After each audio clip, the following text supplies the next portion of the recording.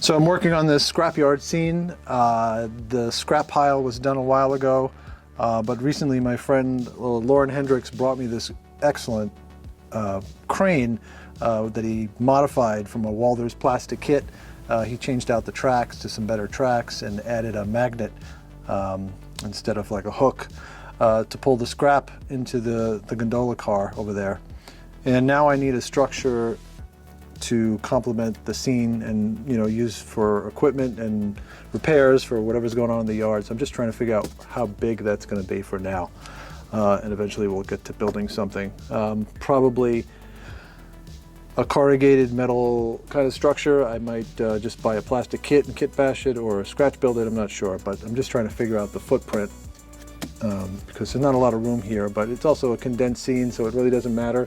It bleeds off the edge of the layout, so we can imagine that more of it happens over here. So it's not that necessary to make it completely accurate. Take a look at this crane. It's really beautifully done.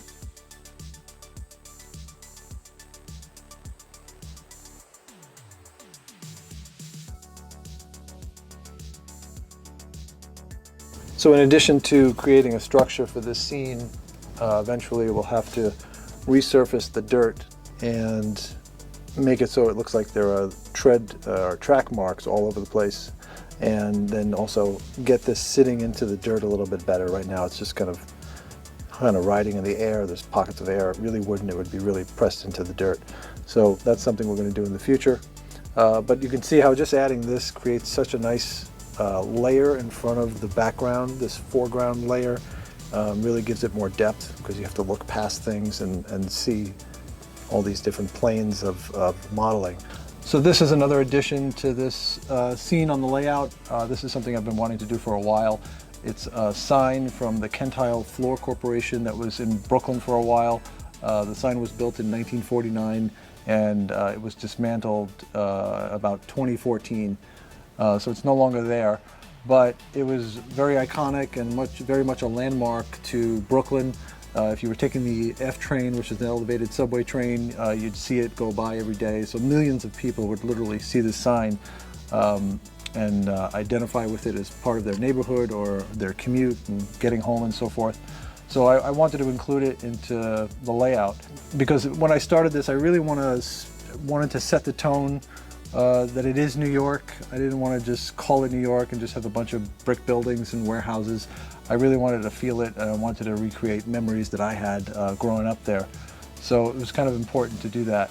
We did make this into a kit, by the way, if you are interested in it and you are modeling Brooklyn by chance, or not, even if you just want an interesting billboard. It was pretty commanding. It was over 80 feet tall, so it was like a 10-story building, pretty much. You can, of course, use it in any scale, actually, in N scale or O scale. It would just look closer or further away. But it's worth, when you're doing your layout, I guess, for me, to really at least one or two landmarks that identify with that location, so it doesn't look so generic, I guess. So it's a lot of fun to see that because I instantly know where I am or feel like where I was when I was growing up. So it's important to me for the layout. And more the layout becomes this nostalgic tool more than just a place to build models and operate trains. It's like a photo album or just a pile of memories, which is kind of great.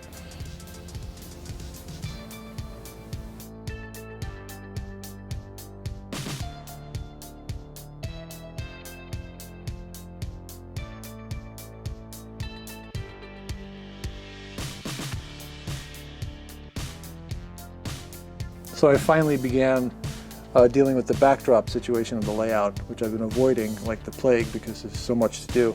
The whole backdrop is about 60 feet long by the time I would be done. And I was originally going to do a lot of photo backdrops, just color prints on foam core or masonite and just stick them to the back. But after doing this one, which is a complete model with detail, and I really like seeing how the light hits the details and the walls, and it makes a difference, I think, at this distance anyway, because it's only about 30 inches. If it were a little further back, I don't think the photo backdrop would be a big deal, but I think I'll end up building everything. Fortunately, the buildings are going to be pretty big. This one's 24 inches, so that's 2 feet right there. Some will be 3 or 4 feet if I can manage. But this one was a lot of fun. It was very much like a blank canvas. it's a concrete modular kind of industrial warehouse or factory, and I just started out by painting it a concrete color, and then I just added a wash to it, and that was okay, but it wasn't enough, and I wanted to try some new techniques. So I started looking at real buildings, of course, and how the concrete looks after it's been aged and painted, and I looked at some other models of stuff like this. My friend Dennis Gordon builds a lot of abandoned structures in New York, also kind of in the 70s era, and he has a great technique for concrete like this, and it's basically a series of layers and layers and layers of paint. Some of them transparent, some of them are sponged on.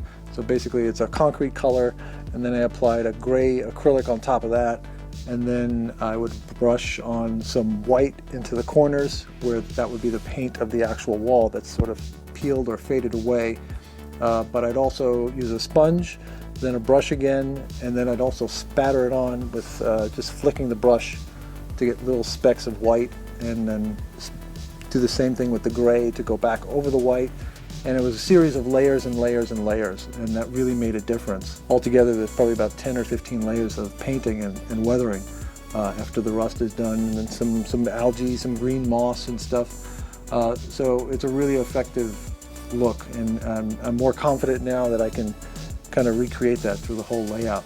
And of course, there's graffiti on it here in 1979 in New York, and still in New York today, of course, but I really wanted to continue what I started on the walls here. You can see on the retaining walls, it just kind of bleeds over onto the buildings. Kind of, the graffiti is very much like scenic material here with vegetation and stuff. It just kind of creeps around, and the more it kind of spreads in places, it'll look more natural. If I just had one section of graffiti, it would look a little ridiculous.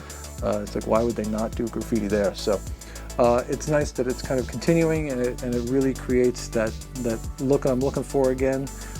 And I'm going to start another one for next to it and just kind of keep going. Hopefully we can get at least a big section of it done in the next couple of months, because it's been so bare in the backdrop, and I've been avoiding it like crazy because it is a lot of work. But now that I got this result, I'm kind of looking forward to it. I will be adding some structures on top of the roof, like a roof access shed and maybe another sign or a water tower, and of course vents and chimneys and so forth.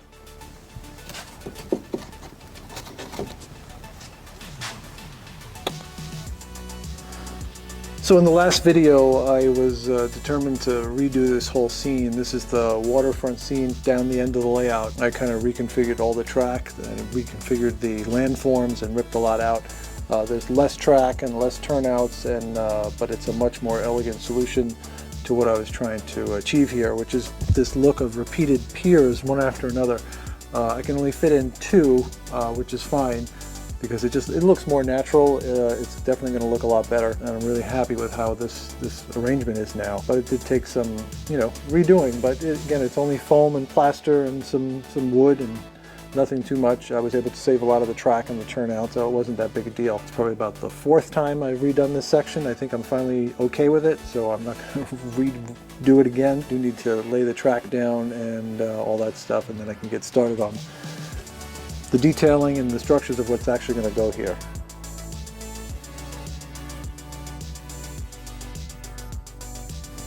So you can see now there's this big basin here of water between the two pier structures. It'll be a lot more interesting when this is all detailed. There'll be freight doors all along this pier wall, and we'll just use this for placement, but this would be a tugboat or a barge, or even the pile driver here. But it's a little bit more inviting into the space. Before, the track was parallel with the edge of the layout, so it was very abrupt at the end, and it kind of didn't let you into the back part of the layout scene. This is definitely an improvement.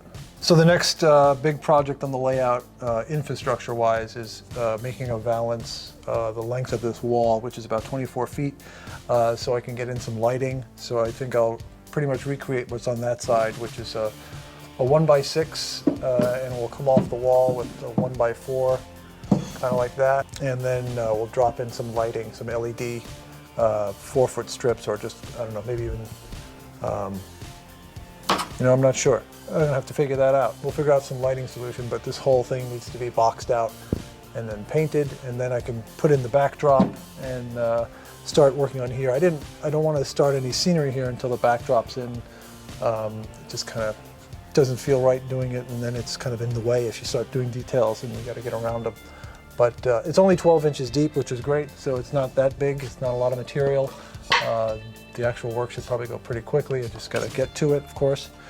And then we can start working on this part of the layout, which is more of the Brooklyn side. That's more of the Queens side, and go from there. So thanks for watching. We're going to work on the layout a little bit today. It's a Sunday. It's a cold day in June.